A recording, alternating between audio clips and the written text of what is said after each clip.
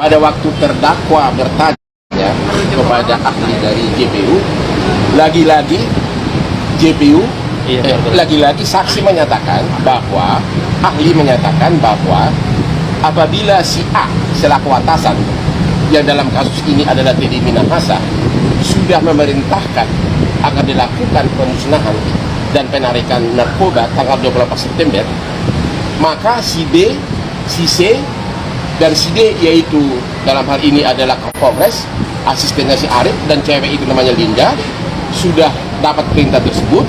Bahkan Kapolres menyatakan siap perintah laksanakan. Maka kalau kemudian tetap dilakukan penjualan narkoba beberapa hari kemudian, maka si A yang memberikan perintah di awal yang kemudian menariknya, dalam hal ini adalah Teddy Minahasa, bebas dari tindak pidana.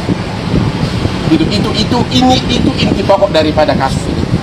Dan yang kedua, ahli yang diajukan oleh JPU sama sekali tidak mengerti tentang undang-undang ITE mengenai bahwa bukti chat elektronik itu harus diforensik dan harus satu kesatuan, tidak boleh dipenggal-penggal.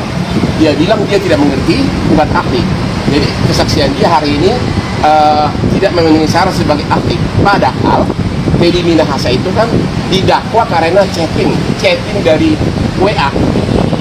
Saksi ahlinya tidak ngerti apa itu pembuktian chatting menurut undang-undang ITE. Nah, nanti kita akan ajukan ahli ITE dan ahli hukum yang mengerti undang-undang ITE. Tapi sekali lagi, roh dari kasus ini hanya satu.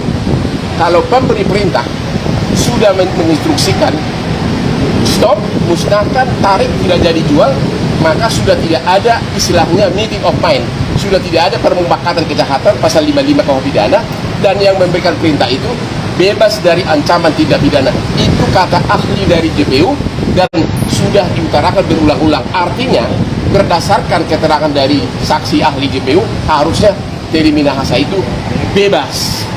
Yang kedua, lagi-lagi ahli juga mengatakan bahwa yang diajukan itu kan didakwakan pasal 112, barang siapa menguasai narkoba atau menyimpan.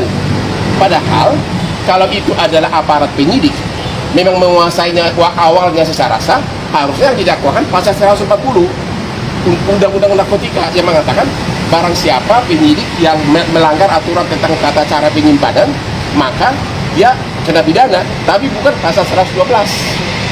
Jadi surat dakwaan juga batal demi hukum kata ahli karena salah pasal.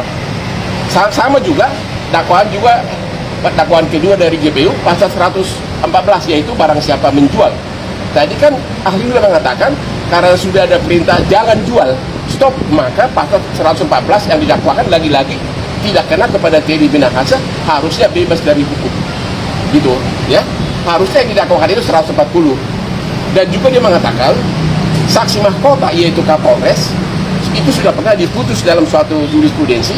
Itu adalah perkara Marsina, itu melanggar HAM karena Kapolres akan membuat dalil yang menguntungkan dirinya agar dia bebas, yang memberatkan Teddy Minahasa. Jadi semua keterangan ahli dari JPU hari ini menguntungkan JPU. Menguntungkan terdakwa Teddy Minahasa, bukan menguntungkan JPU.